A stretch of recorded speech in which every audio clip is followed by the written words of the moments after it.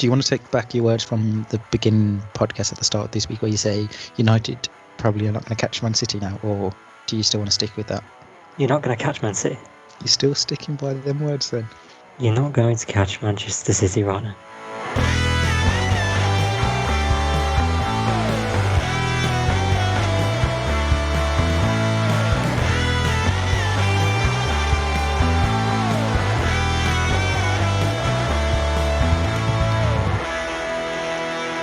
Hello and welcome back to Off the Crossbar with myself, Regan, Walsh, and my co-presenter as always, Bradley Morris. It's Thursday and that means it's time for the preview show.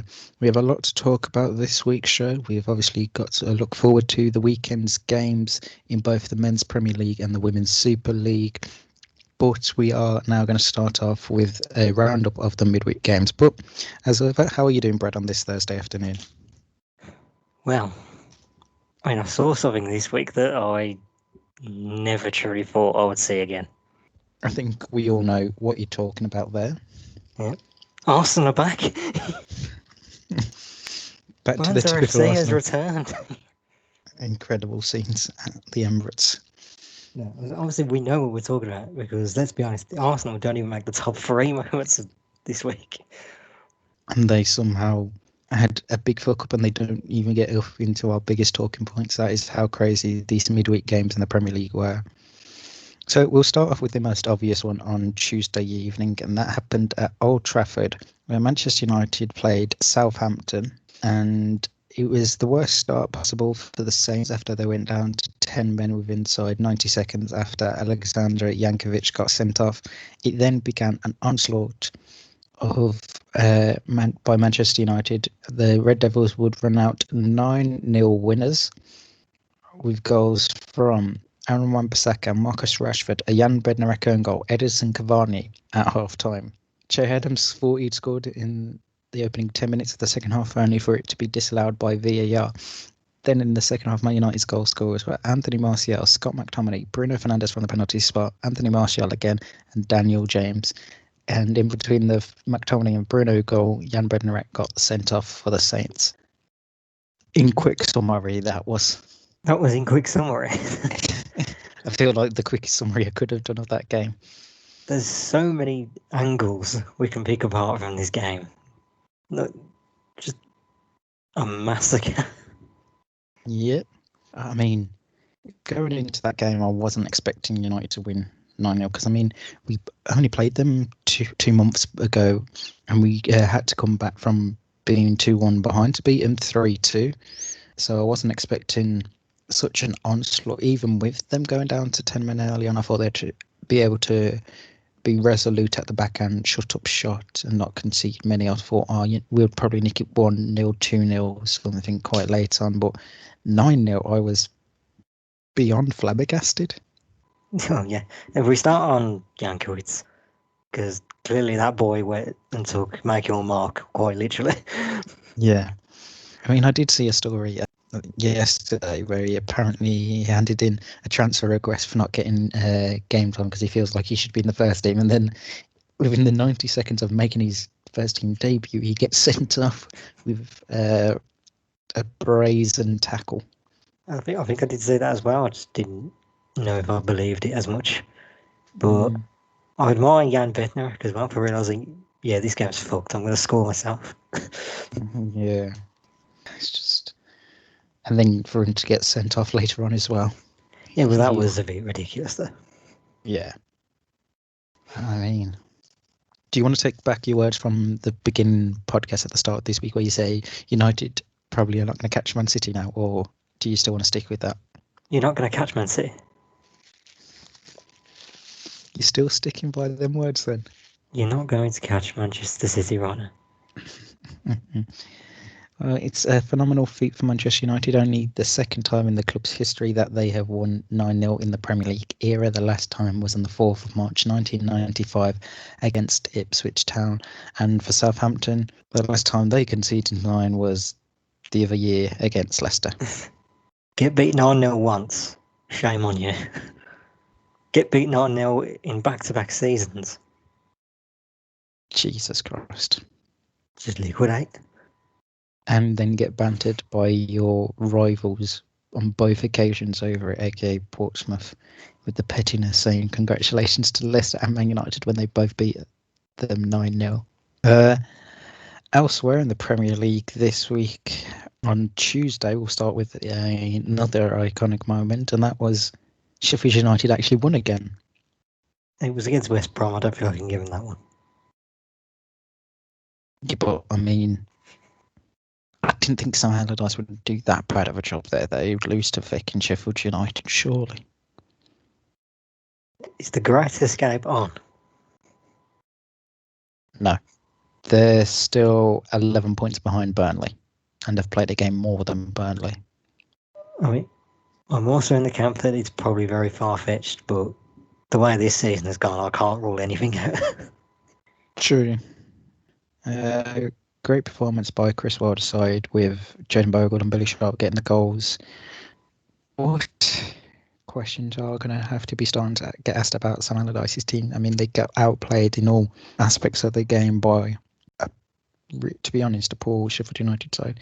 The thing is, though, I actually think West Brom have been the worser of the two teams. They've just been fortunate on occasions that they've got, I mean, now only one more point than Sheffield United. But I think West Brom, out of the bottom three, have been the worst team. Potentially, I guess so, but we'd have to take a proper in-depth look at that we haven't done. Oh, we're just going off of all of you. Yeah. Right. Elsewhere in this week, we'll finish off Tuesday's roundup in a minute, but there was obviously yesterday's action at Anfield where Liverpool played Brighton. There was no start for new signing Ben Davies for Liverpool, who they signed on deadline day, and Ozan Kabak wasn't in the country yet, and I think he's only just come over today, or he might have came over late yesterday. So wouldn't there be quarantine rules? Or it doesn't matter, does it, with new signings? Some it does and some it doesn't. I don't know whether they were able to get an exception or not. But obviously the big news in the starting 11 was that Alisson, the goalkeeper, was missing due to an illness. So that meant Queven Kelleher was in between the sticks for Liverpool. But it was Brighton that ended up winning 1-0 thanks to Stephen Alzati goal in the 56th minute. Liverpool were just poor, weren't they? Are we putting him on fraud watch now? Is this how bad it's gone?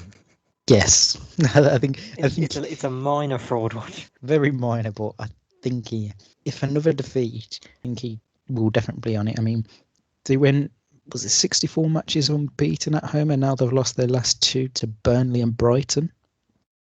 Something's gone wrong mentally, because you can't go on that run for so long and then just lose two in a row without there being some sort of mental block. Yeah, and the fact that there's 7 points off Manchester City and have played a game more. The only one of the worst title defences the following season I can think of in recent years would probably be Chelsea, when they went on to finish, I think, was it 10th under Mourinho? Or that season Mourinho got sacked and they were finished like 8th to 10th. And then didn't Leicester have a drop off as well the season following their title win? Yes, they were down near the bottom. Yes, that's what I'm saying. It's been that long ago now in terms of footballing world. A lot has happened, but yeah, they just, I don't know. It doesn't seem like the same Liverpool of old, which is really weird because they're not that old of a team in terms of like togetherness and that. It's fairly a new team, but it's going to be interesting to see how they respond, especially with the big fixture that they've got on the weekend. Elsewhere, Jesse Lingard made his debut for West Ham United against Aston Villa, and he scored a brace. Please don't. And Thomas Souček also scored. How have you made Jesse Lingard look like Lionel Messi? I have said this every time. We turn into a charity sometimes with old players who need a bit of a boost. Danny Welbeck earlier in the season, we did it. Yep. There's others. I know I've lost my mind. Aubameyang wasn't. Aubameyang one of them was that Lacazette. No. I thought it was one of the Arsenal ones that had gone on a longer run and then they scored against you like this season. It might have been early last season, but Oh, Obviously, it hasn't happened the last 2 times. But yes. it's the Villa charity. We help out those in need. I mean, Jesse Lingard was in need. I mean, Literally, when I saw him start, I'll give my genuine thoughts. I'll be honest. I'll be like, thank fuck he's starting. He has not played in months, and we will. The way we are, how energetic our team can be, we will play him off the park. yeah, There was only one team that was energetic in that one, and it wasn't us. it was definitely the other claret and blue team. I do rate that third kit though, West Ham. The black and gold, wasn't it? It is Black and very gold, it nice. just goes. Mm. So lethargic. That was our worst performance. Oh, 100%. I haven't Maybe the seen. Leeds one was worse, but this one feels more painful. I think it's a bit more embarrassing the fact that Jesse Lingard hasn't played in such a long time, and then was able just to come on and do that against us. It felt like it just felt like a against us massive. even. It just felt like a massive reality check. Mm. It's like all this talk. Oh my god, we're so close to Europe. We're gonna actually do something quite amazing here. Now we're a mid-table team at best. 9th in the league. I mean, I can't complain about mid-table. If you asked me at the start of the season, would I take where we are now? Yes. yeah. I mean, Absolutely. you still have 2 games in hand, so if he was to win them again, exceptional circumstances, but you would be level on points with Everton and 2 behind West Ham. I mean, Everton also have 2 games in hand as well, but you never know with that Everton side. I mean, I don't hate the Europa League. Exactly. Elsewhere in the Premier League over this week, Everton beat Leeds United 2-1. Goals from Dominic Calvert-Lewin and Gylfi Sigurdsson sealed the win for Carlo Ancelotti's side, whilst Rafinha scored for Leeds. Leicester City beat Fulham 2-0. James Justin and Kelechi Iheanacho with the goals for Brendan Rodgers' side. Man City only beat Burnley 2-0. Gabriel Jesus and Raheem Sterling with the first half goals. And Lloyd is only 2-0. Well, it was 5-0 earlier in the season, and that was the game I told you in the preview show it'd be 5-0. That's why I said wrong you was. Crystal Palace beat Newcastle 2-1. Jairo Riedwald and Gary Cahill with the goals for Crystal Palace, whilst John Joe Shelby scored for Newcastle. It's looking bleak for them. I mean, they are really getting dragged into this relegation fight now. Fucking Steve Bruce. Back to reality, Steve. And never have I said he was a football genius. Chelsea versus Tottenham hasn't happened yet. That is today for us recording at 8 o'clock. And obviously the game we haven't talked about is the one from the Molineux where Wolves beat Arsenal 2-1 with goals from Ruben Neves from the penalty spot and João Moutinho just after half time. They're not the talking points though. And the fact that Wolves have actually won a game, nor was it the fact that Bukayo Saka was offside, or not him offside, but there was an offside for his disallowed goal early on. Nor was it the fact that Nicolas Pepe scored for Arsenal. No, it was the fact that they finished the game with 9 men after David Luiz and Bernd Leno got sent off. The only time in David Luiz's career he probably shouldn't have been sent off or something as well. Yeah, I 100% agree. I mean, I've seen the replay of that foul, I say in extended quotation marks, about 4 or 5 times, and he doesn't touch him, does he? For all the fouls he's committed in his career and got sent off or booked for, that one shouldn't have been a foul or sending off or anything. I don't know what has been seen there that's determined that as a red card. It was the mass opinion that was going around, but only because it was Luiz. That was the only reason he got sent off. No, it's just a reputation that he's now getting to referees. I mean, that's a silly thing if that's the case. They're just sending him off because of who he is. So was it checked by VAR? I don't know. You'd think it would have been. If it's a red card, then they usually have to check it anyway. But if they weren't critically analysing it like they would an offside. I mean, if that was the case and they still saw that as a red card offence, then people need to get off the AR and head straight to fucking Specsavers because there was no way it was that a red card. It was clearly Stevie Wonder on VAR duties at Molineux for that one. And then Bernard Leno getting sent off as well. I mean, yeah, that no complaints on that one. he's getting no support from me or anyone in the It world was of weird how football he's for done that. it. He's just completely fucked. I mean, I don't even know. What was he even trying to do? I think because it had rained, like, when the ball was just, he's just misjudged it completely, and he's realised if he lets it go, Traore's through and scores. Yeah. But he doesn't. He's not. It's not a proper punch, though, is it? Look, No, it's iffy when he's still got it away.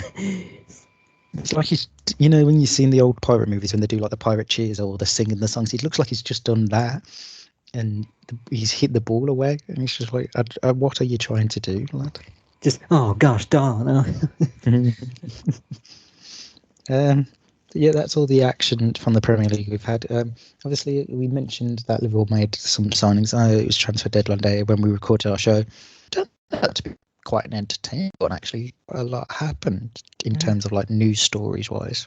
The second we stop doing transfer updates, they all turn up. I mean, it seemed Liverpool were making bids for every central defender on the fucking planet. They were looking up the FIFA list. Yeah. who's being talked about the most? Right, him.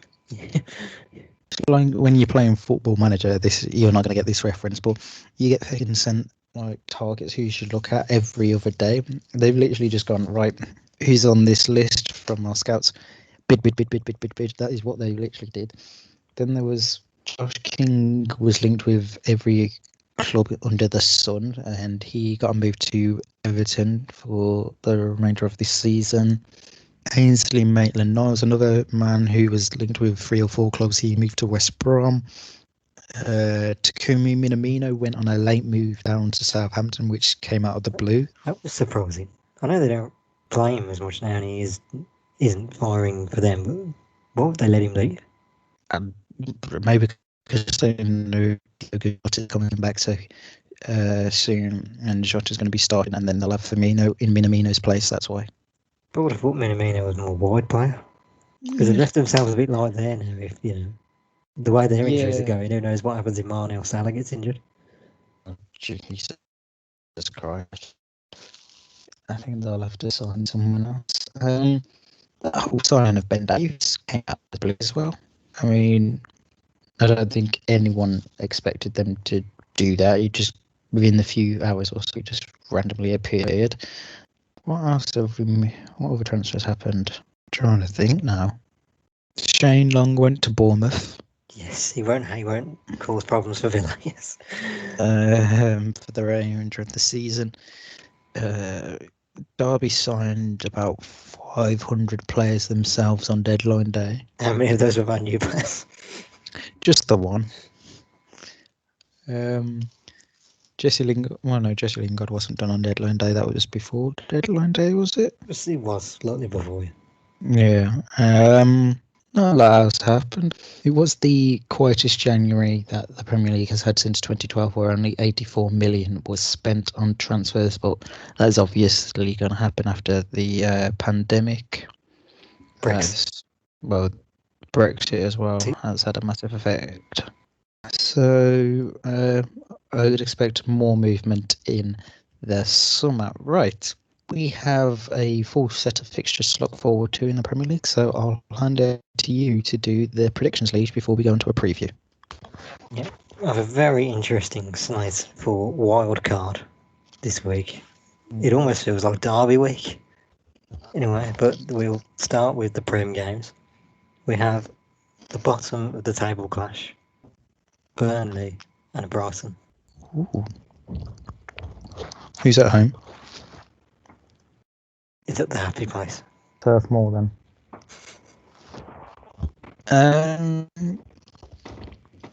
I'll go 1-0 to Burnley. I'll have 1-1. Crap, I accidentally put it as 11 rather than 1-1. Game 2. Newcastle Southampton. I mean, I think the Saints are going to bounce back, and you couldn't ask for a better team to play at this minute in time, considering how dreadful Newcastle have been.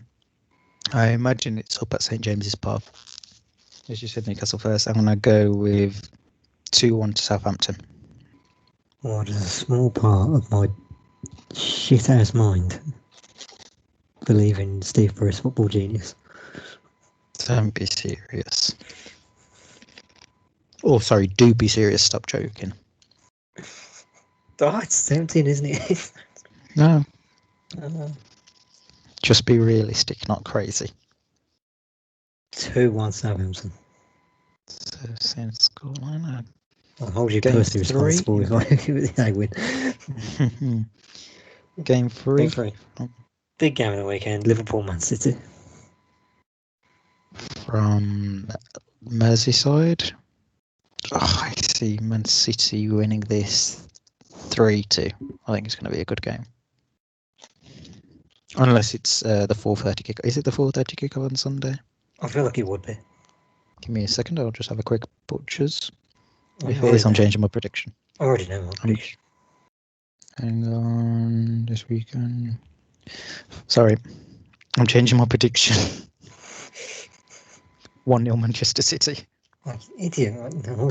No, I'm torn.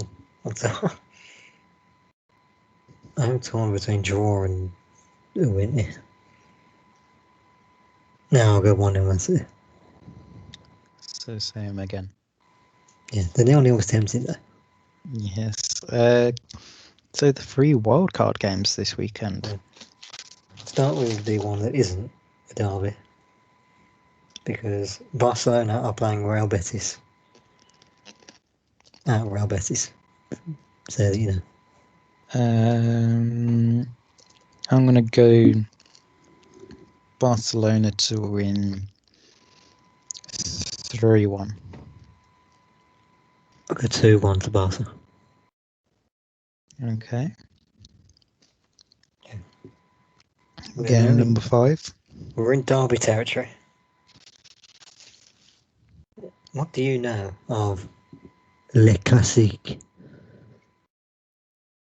Well, from your pronunciation, I'm going to say that it is PSG versus Lille or someone. Is it a French game? I'm amazed you don't know what Le Classique is. It's Marseille versus Paris Saint-Germain.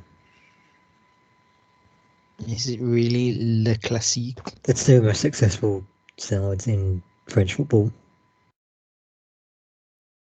Look it up, Dad. Look it up. I don't know how you don't know this. Okay, but who's at home? It is at Marseille. And this game has intrigue with the way PSG lost the last one. And of course, everything happening with Marseille at the moment. I mean, what hasn't happened at Marseille in this past week? I mean, on Monday we talked about the riots that happened at the training ground over the weekend, and then they signed Olivier Ntchem on deadline day from Celtic on loan with the option to buy, and then the following day... And the option of a manager sacking with it as well. Andre Villas-Boas tenders his resignation because apparently he didn't want to sign Olivier Ntchem, and the board did it himself. So then he offered his resignation, and now they've sacked him.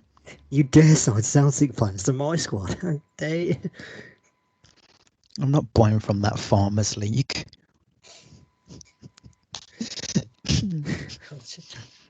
I mean, imagine how you must feel if you're Olivier Ntchem. You join a new club and you realise the manager doesn't even want you there. You realise it's bad enough at Celtic, but you've come to something even worse. Oh no!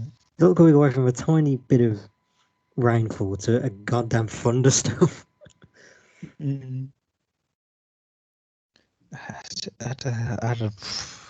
Crazy scenes, but I'm going for a PSG 4-1 victory. God. I'm going 3-0 PSG. Okay, and the final game? Another derby. Obviously. Dare I say more fiery? I don't know. Because Depends what it is. A very violent affair on its day. I mean, no fans. But this weekend in Turkey, it is the Intercontinental Derby, otherwise known as the Eternal Rivalry.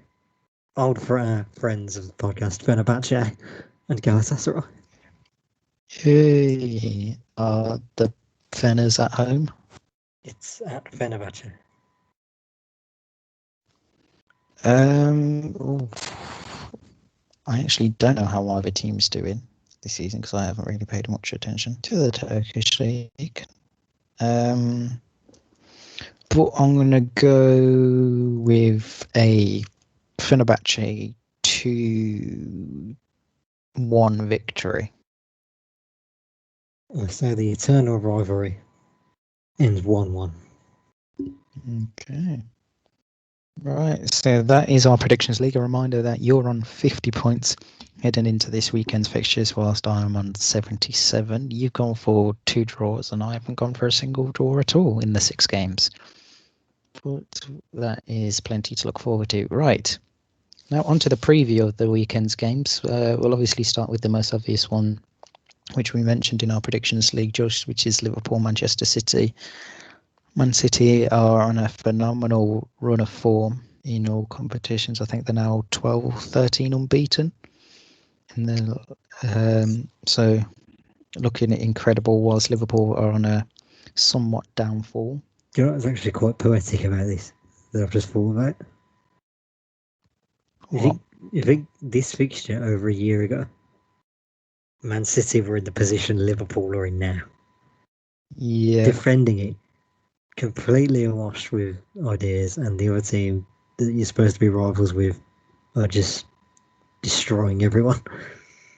Exactly. And now the tides have turned again. Massively and quickly as well. For me, I think City are just going to be favourites. Although it's at Anfield, I think their quality this past 2 months or so has just been incredible, where Liverpool don't look their half of themselves as they did last season. So it's going to be a tough ask for Jurgen Klopp's side, but I still see Man City running out as the better team. Next up, we have the big one at Old Trafford, I believe. Yep. On 8 o'clock on Saturday, as Manchester United welcome Carlo Ancelotti's Everton to Old Trafford. What are your thoughts heading into this one? I say they've built the platform now to at least try and battle Man City. Problem with that is Man City have to lose for them to get there. Yeah. But they've set the bar for themselves now after last week. Yeah. I mean, for me, it's one of them where against one of the top 7 or 8 teams traditionally this is one of the games I feel somewhat confident going into. As a United fan, you think, right, we can actually we've got to continue on the bounce from that 9-0. Obviously, not if they had the same victory, then obviously phenomenal, but we've just got to win and not just like fall off our form and just go back to typical Man United. And you're like, they've gone 1 minute from looking phenomenal to the next minute being the banger average Manchester United again. Right. Then we have another derby on Saturday, preluding that in London, where Fulham take on West Ham United. Obviously, not as big as a derby as others, but it is. So you're going to try and do the Sky approach and go, it's East versus West. Yes. If Sky can milk it, then so can we. I hate that approach. I think Leicester are our rival. Yeah, but that's the same approach as what you just did for Fulham, West Ham, East versus West. Yeah, but I don't believe they're rivals there. No, they're not. They try and make it a rivalry when it isn't. I'm going to say West Ham are going to be favourites going into that one. Captain Souček. Yeah. Elsewhere in the Premier League over that this weekend, we have Leeds versus Crystal Palace on Monday night, Sheffield United versus Chelsea, Wolves versus Leicester in what could be a good game, very entertaining, should on paper. Tottenham West Brom. I mean, Tottenham's probably just going to absolutely destroy Sam Allardyce's Spurs there. This would be prime Big Sam if they turn up. If they get a result away at Spurs, Jose's time. I was fully expecting you to be like, I'll do. No. I'm not stupid. TikTok TikTok. Newcastle, Southampton, which we spoke about on our predictions. Saints are going to obviously be hoping to bounce back from that incredible bad defeat against Manchester United. And like we said, Newcastle are the team that you would want to face the most at this current present time in the Premier League. Yeah. Burnley, Same with Newcastle. They'll be licking their lips a little bit at this. There's a chance Yeah. to back their manager. Oh, 100%. Steve Bruce, football genius. We also have Burnley versus Brighton in technically, well, not even, yeah, it is a relegation 6-pointer, kind of. Both teams need it if they want to get away. Yeah. I feel like Burnley need to bounce back while Brighton are on a bit of a momentum swing there from that win against Liverpool. Yeah, 100%. And then the weekend kicks off at 12:30 at Villa Park as your Aston Villa welcome Mikel Arteta's Arsenal to the stadium. Got to be confident, maybe. Slightly less confident than I was 2 hours prior to the West Ham game. But the only basis, I guess, confidence can come on is who Arsenal will probably have in goal. Which will be Runnison. Yeah. And given the past games we've had now against Arsenal, we've had their number a bit. Oh, yeah, 100%. But Arsenal are still on a bit of a rise right now. But we desperately need a win. Yeah, you just got to hope they start willing and then you're guaranteed the victory. I'm guaranteeing nothing anymore. Right, That team so looks dead. Dead on their feet. They need to rest them. Yes. Right, on to the Women's Super League. Again, we've got a full fixture list full of cards. Don't say that. Would you say that? You know what's going to happen. Touch wood. Starting off at 12:30 at the Banksy Stadium in Warsaw, Aston Villa play Tottenham Hotspur. Aston Villa didn't play last week, if I remember correctly. No, they did. They lost 4-0 to Chelsea. That was last week, then the 27th. Last weekend was the 27th. Oh, wait, we're not about Tottenham. I wasn't about us. No, Aston Villa women played last weekend. We played Arsenal. No, you didn't. We were going to play Arsenal. Look this up. We were going to play Arsenal. Was last weekend the 27th? It was. And if you look back, Chelsea played Tottenham and they won 4-0. No. I know this because I had a quiz question in the uni lectures this morning on it. I'm looking at the fucking fixtures here. 27th of January, Aston Villa 0, Chelsea 4, Magdalene Eriksson, Pernilla Harder, Beth England and Sam Kerr were the goal scorers. Don't test me on it. Oh, boy. Arsenal were meant to play Aston Villa the week previously when it was the snow, but that got called off. Because Arsenal were meant to play West Ham last weekend. Okay, I've got my dates mixed up. Yes. Don't test me. Right. Tottenham will be hoping to bounce back. Our first point. Maybe. Love you. Don't ever say that again. I knocked you for what? Yeah. Okay. I'm going to say Tottenham are definitely going to be the favourites heading into this game. It should be a good result for them. Then on Sunday, Man United play Reading. They'll be hoping to put in a better performance, and the Casey Stoney will be hoping to put in a better performance than they did last time against Reading, when they just about beat them. But very confident heading into that. Then we have Chelsea versus Brighton. 2:00. Also, I've just realised the 27th wasn't last weekend. It was last midweek. They played. That's why you confused me. That's why you confused me. Yeah, it was. They played Aston Villa midweek last Wednesday. Yeah. And then they played Tottenham on the Sunday. Yes, I've just remembered that now. So I do apologise. Sorry for everyone listening. Either way, they both won. They still won 4-0 either way. Listen. Chelsea will be open to continue their impressive form of 32 league games unbeaten. They also played last night in the Conti Cup against West Ham and won. It was 6-0 last Chelsea. Yeah, 6-0. Pernilla Harder scored a hat-trick. Beth England Frank Kirby and I've forgotten who the other goal scorer was. My bad.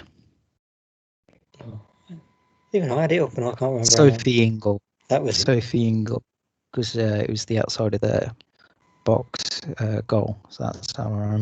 Yeah, it was an absolute rocket. There has been, before we continue, there's talk about Chelsea head coach Emma Hayes being linked with the AFC Wimbledon men's job this past week after they sacked their manager. And for me, I don't know why she would do that. Yes, it'd be good to see a woman in the man's game, which she has reiterated. It doesn't matter whether age, skin colour or gender, should all be treated equally. But for me, that would be a step down going to Wimbledon from Chelsea. Because, I mean... Would it? Yes. I know, I get what she meant. It's 100% a step down. Is it a step down if the Championship club goes in? Yeah. No, because Championship club, I would say. I know that a lot of them will say that they should be looking at the Premier League jobs. But it's so hard to not look at what is actually the obvious, and that's the men's game's a lot more physical. No, not having that. I know you wouldn't, but it's... You're telling me you would go to a team that has 22nd in League One and don't fight for granted, I think Wimbledon was probably the wrong choice, but I think if it was like a higher up League One team that was bold enough to do it. No. I would stick with Chelsea. Do you think we'll ever have a female manager in the men's game? Yeah, I think it takes one of them to do it. Yeah, I think the first one does it. It's going to be a lot sooner than I think we think. And I think Emma Hayes is probably the best case forward to be that person. But I think for her, it would have to be a good enough job rather than like a low League One or League Two. I think maybe mid-championship team to high end. I think that would have to be something to drag her away from Chelsea. Because I mean, this season, they're into the last 16. They're the current FA Cup holders. They're the current WSL holders. No, they're not current FA Cup holders. Sorry, they're FA Cup finalists. They lost to Man City in the final. Top of the WSL, 32 games unbeaten. They've got some of the best women's footballers in the world at their team in this minute in time. Why would you leave? Yeah, the pay might be better or what have you, or some may say the quality of football will be better because women's football is not as good as men's, but that's because it's based on like what's in front of you. She can't make them like suddenly be on level as Lionel Messi and all that, considering their physical abilities of the woman is different to a man. So for me, I think it'd have to be a really serious job offer for her to even consider leaving Chelsea. But at this minute in time, I don't see it happening. Yeah, I get everything you're saying. You're not wrong. It's just you have to look at the mindset of a lower championship side and think, are they going to really offer? It's not addiction to pay, but in their minds, it's we need to get someone in who's experienced at this. That's one thing. League One club, in reality, it's not the worst option. That's why I wasn't in full agreement with what she was saying, because it's like you're setting your bar high. Clearly, you hold yourself to a high esteem, which is the right thing to do with what you've achieved. But maybe it takes going in at that smaller step to actually encourage it more. Yeah, I don't think it was too much. She wouldn't go into League One. I think it was mainly the situation that she's currently in at Chelsea to what she would have to do at Wimbledon, where I think would be the way. You have to admire Wimbledon for deciding that. Granted, if she did turn it down. Yeah, 100%. It is good to see that. They're not just being exclusive to a white male being considered the job. They are considering every aspect of a potential manager. Elsewhere in the WSL, let me just finish off our wrap up. Everton play Birmingham City at 2:00 at Wharton Hall Park. At 2:30 on BT Sport 1, it's the big one between third and fourth place Arsenal taking on Manchester City in what will definitely be the game of the weekend. Arsenal will be hoping to do better than the last time they faced Manchester City when they lost 2-1 after a late Caroline Weir goal in stoppage time. And another bit of news from Manchester City, their goalkeeper Ellie Roebuck signed a new 3-year deal to stay at the club until 2024. And then the final game sees West Ham take on Bristol City in what I'm going to call the Matt Beard derby, as Matt Beard is now the Bristol City manager and was previously the West Ham manager. Very good game. Bristol City win this, they will go above West Ham in the league, and they are looking like they've turned the corner recently, and they will play Chelsea in the Conti Cup final after they beat Leicester 1-0 last night as well after the game, and it was Kira Steels, I think her name is, who scored the winner for that Beard side. So the final of that County Cup will take place later on this month at Vicarage Road, which will be an interesting one to see happen. Should be Chelsea's to win though, that one, surely. Yeah, Chelsea are definitely going to win that. I mean, if they absolutely dominated West Ham the way, if they dominate Bristol City the way they did West Ham last night, then it's going to be impossible for Chelsea to lose. Anything else in the world of football? Not that I'm aware of. I know you said you had a few stories, but I can just admire that you're eating Doritos while we're recording a podcast. Sorry about that. Yes, so I did see an interesting or funny story earlier on today, and it involves Carlisle United. So in the world of football, we already have enough in jokes on Carlisle United. no. So Man of the Match awards. Oh, I know what it is. They have some very strange ones in the world of football. I mean, in South Africa, you get a SIM card. I have seen some get like a pair of shoes. Obviously, the more popular divisions, you get like a trophy. Excuse me. It doesn't seem like a good idea. We've had those Doritos now, does it? They used to get obviously the champagne before they changed it. And Carlisle United, with a win, loss, or a draw, their man of the match gets a takeaway curry. Is that what he was? That thing looked radioactive. I take it you're on about the Joe Riley picture. Yeah. Jesus. Who looked absolutely delighted. Former Manchester United Joe Riley, that's I may add there. There's looking depressed, and then there's that. I mean, Jesus, it was definitely one of the stranger man of the match awards he will ever receive in football. Imagine if it was his only one. If I've finally done it, what the The fact is, though, they lost the manager's lunchbox.